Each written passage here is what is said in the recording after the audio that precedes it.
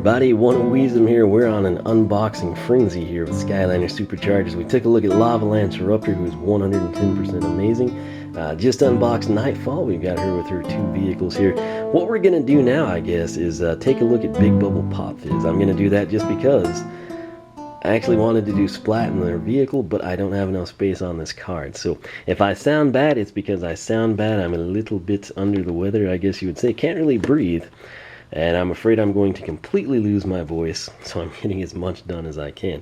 This is Big Bubble Pop Fizz. People are very, very excited about this guy. He has remained a fan favorite since his debut in Skylanders Giants. So, Big Bubble Pop Fizz, he is a Magic Element Supercharger. Again, this is going to be classic Pop Fizz. Hopefully it's got the same voice actor because he is amazing. Very unique to the character. But totally reimagined, just like Lava Lanceruptor, Sharkshooter, Terrafin, etc. So all brand new stuff. If you were played out, if you were sick of the potions, if you were sick of beast form, whatever your excuse might have been for getting played out, totally new, totally reimagined. Should be all kinds of crazy zankiness since it is Pop Fizz we're talking about. I'm a little disappointed in the figure. It's very unique and playful, but I don't know. We'll see. He could be great in game. We're not going to pass that judgment just yet, but we'll get to figure out and see. But initial impressions, no, not. Lava Lanceruptor looked great. Nightfall, interesting. Splat, actually, now that I've looked at her, she looks pretty dadgum good in the packaging too. Mistletoe Diveclops looks good. The Elites looked fantastic. That, not so much. So, I don't know. We'll see. I don't know what all moves and upgrades he has now that could have been better. This one's probably the most unique, and it's playful and funny that you would expect from Pop Fizz, which is probably why it was selected. But right here, that is his in-game artwork. That looks better already. If you did not know, again, they're totally reimagined new powers and weapons. His vehicle is the Soda Skimmer. I do not have the Soda Skimmer. It is apparently not out. And then, of course, we will have the Nitro Soda Skimmer if you are so inclined. Coming down this way, Lava Lanceruptor, Deep Dive Gilgrunt, Splat, and, of course, the highly anticipated, for me anyway, Bone Bash Roller Brawl. So, I don't know where my little old-timer knife is, so we're having to use this massive other one, which is not really designed for this. It shreds the boxes, but it's great on tape, just not so much cardboard. So nonetheless, we'll try not to make too big of a mess. We got a clean cut there, so we're getting better with it. I wanted to see what in the world that was on the back. Now, if that were to light up or something, it would be great. Now, ooh, awesomeness. Not taped, just like Lava Lanceruptor. I love it when they're not taped. If you want to use this stuff here, you know, for like your storage cases or Powerade tackle boxes, just simply cut it out. If it ever is taped, cut that so you don't run the risk of tearing it, because they never tear at the spot that you want them to. What we get here is the stat card sticker sheet hybrid combination. Now, I'm not a fan either. I prefer the old tried and true formats, but it is what it is. We have got, that's actually pretty good artwork right there. Very, very playful. He's still got the potions, it looks like. And since he's not blowing into the tuba thing, he's got the classic look that appeals to me way, way better. I guess the logic for not doing this pose, you know, including the trumpet or tuba deal, is because that's so similar to his pre-existing poses, just adding that. But we'll see. Power 180, Armor 145, Agility 145, Luck 230. There is the name tag. We'll set that down. Actually, we won't. According to the strategy guide, his max health is 300. That seems higher than it used to be. I'm not sure, though. Speed 43, Armor 24, Critical Hit very low at 4, Elemental Power 25. So we'll bring this up again. Don't grab him by the horn or the trumpet or the tuba. I guess that it would be more of a tuba than a trumpet, right? But what I like to do is right here at the 45 degree, we're going to break that back carefully while holding on to the wrist region. And again, it does apply quite a bit of pressure there, so keep that in mind. We'll slide this up. This is my first look at the magic elements. It's one that I wondered how they would do, and they've actually done pretty cool stuff. So typical magic element, it looks just like the front here, but you know, you're like, wait, that looks kind of three-dimensional, raised up or something. And coming around to the back, it is very, very well done. The way that they have brought this up, executed extremely well in my opinion, and it gives it kind of like it's almost like an earth element vibe, but since it's got that kind of black and gold alchemy metal look, it plays in quite nicely in my opinion. Now right there you've got the magic element logo. That's our first look at a magic supercharger. Is that a dent in our base? I guess that's like a seal point or something. Right there on the timing cover of the Rift engine, we've got the Magic Element logo. Again, you can pick up some of the details there. It looks very, very cool, kind of rustic, enchanted type stuff.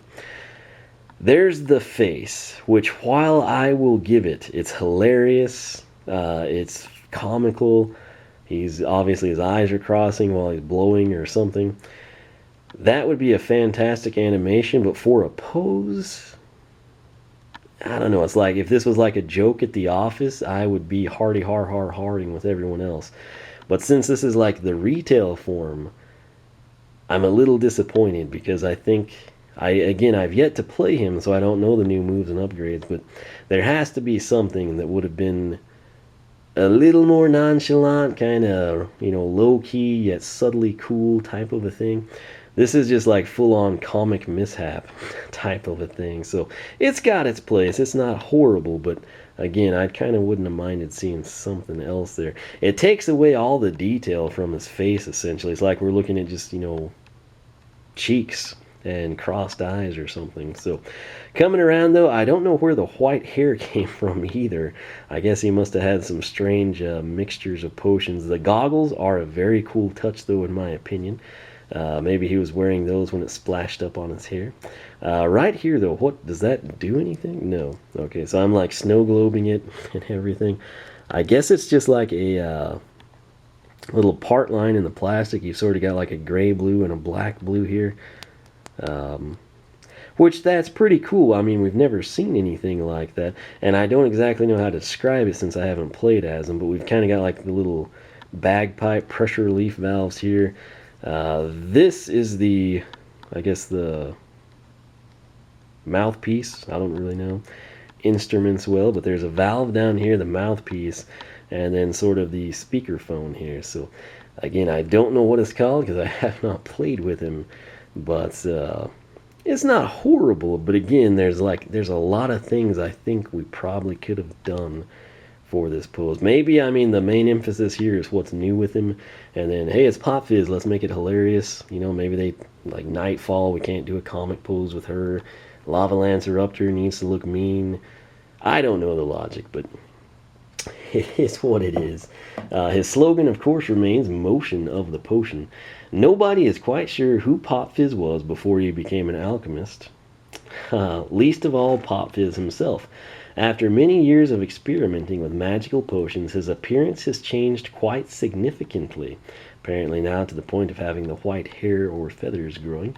In fact, no one even knows his original color, but it is widely known that he is a little crazy, his experiments are reckless, and the accidents they cause are too numerous to measure. Understandably, he has had a difficult time finding lab partners or anyone that even wants to be near him. In hopes of making himself more appealing to others, he attempted to create the most effective charm potion ever, but that just turned him into a big, wild berserker, hence beast form. Or maybe that's just how he saw the potion working in the first place. So that's Best Red with an Eon voice. Let's take a look here. So press attack 1 to blow bubbles that bounce on their way to enemies. So that should be fun and playful. Looks like we still have beast form. Don't want to spoil too much of this.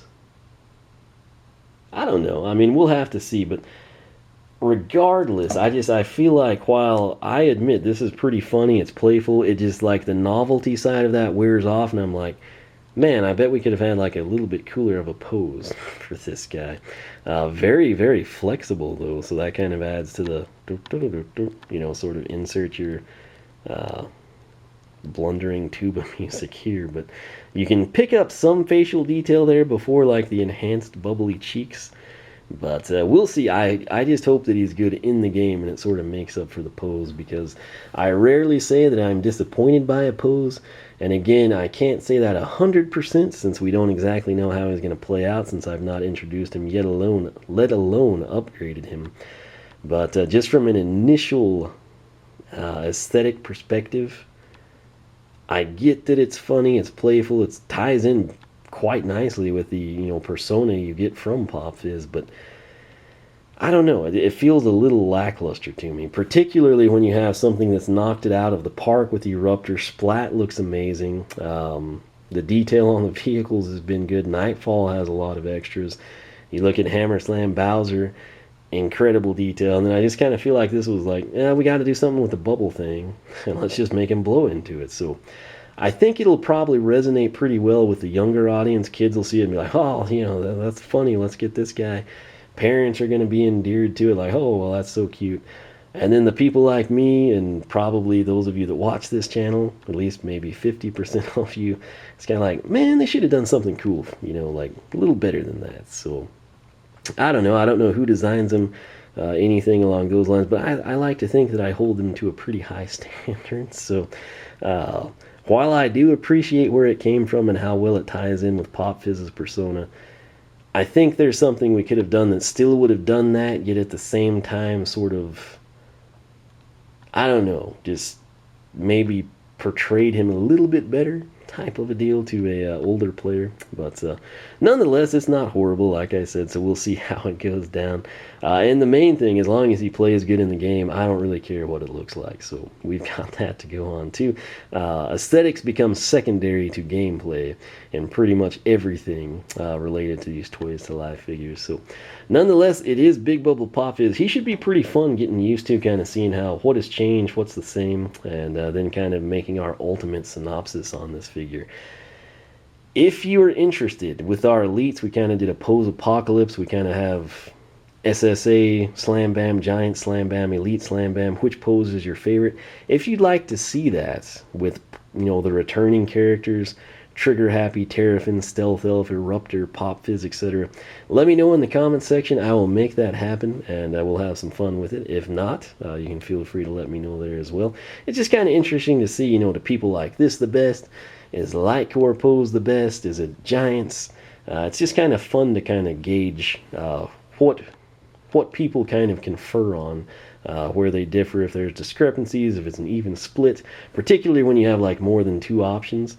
You know, if you 50-50, yeah, you know, that's kind of predictable. But if there's three options and it's like 33, 33, 33, or four options and it's roughly 25% each, you can kind of map trends. If something comes in and there's four options and one is 70% and the remaining 30% is 10, 10, 10, etc. It's just stuff I kind of get into. I like to see how everyone feels about stuff. So that said, this is Big Bubble Pop Fizz. I'm going to end this before I lose my voice. I can kind of feel it cutting out on me. Hopefully you enjoyed the video. If you did, leave a like. Once more, let me know if you'd like to see the polls. Let me know your thoughts. Are you kind of on the same mindset as myself? Or is it just too cute or hilarious of a pose for you to care and you think I'm crazy and mean? Whatever it may be, let me know down in the comments section or on the Skylander Club forum, skylanderclub.com. My personal site, oneofwisdom.com. You can follow me on Twitch, follow me on Twitter, like me on Facebook, circle me on Google+, whichever you prefer. I will say this, I am a big fan of what they've done with the Magic Element base here. Instead of just like bringing it up with purple or something, you know, that you would expect, the way that they've actually shaped this out and sort of brought it into a three-dimensional standpoint, pretty dadgum cool. That may be my favorite thing here, actually, which I assume Splat will be the same way. We're going to find out, but that is a very, very cool touch that they did for these Magic characters. So that's it. Once again, thanks for watching. Myself and Big Bubble Pop Fizz will catch you back here for more Skylanders SuperChargers unboxings.